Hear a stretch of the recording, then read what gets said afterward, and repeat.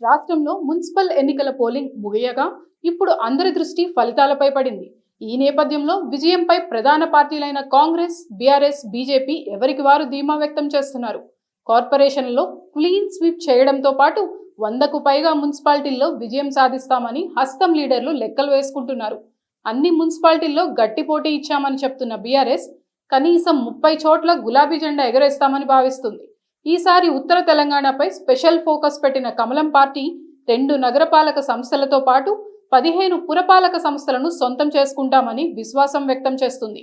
రాష్ట్ర వ్యాప్తంగా 116 మున్సిపాలిటీలు, 7 కార్పొరేషన్లకు ఎన్నికలు జరగ్గా మెజారిటీ వార్డులు, డివిజన్లలో త్రిముఖ పోటీ కనిపించింది.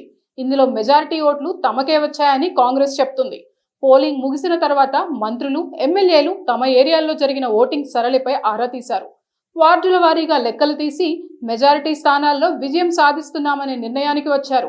100 మున్సిపాలిటీలు, 7 కార్పొరేషన్లో విజయం సాధిస్తామని వారు భరోసా వ్యక్తం చేస్తున్నారు. బీఆర్ఎస్ కు పట్టున్న జిల్లాల్లోని మున్సిపాలిటీల్లో సైతం కాంగ్రెస్ జెండా ఎగరేస్తామని చెప్తున్నారు.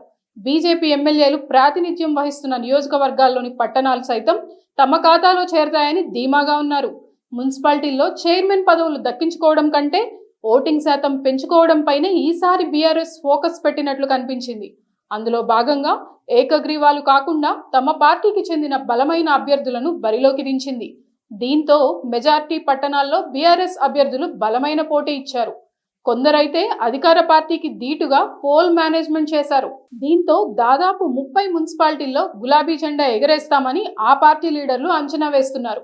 మున్సిపల్ ఎన్నికలను ఈసారి బీజేపీ సీరియస్ గా తీసుకుంది. ఉత్తర తెలంగాణలో మెజారిటీ ఎమ్మెల్యేలు, ఎంపీలు ఉండడంతో ఆ ఏరియాల్లోని మున్సిపాలిటీలపై ప్రధానంగా ఫోకస్ పెట్టింది.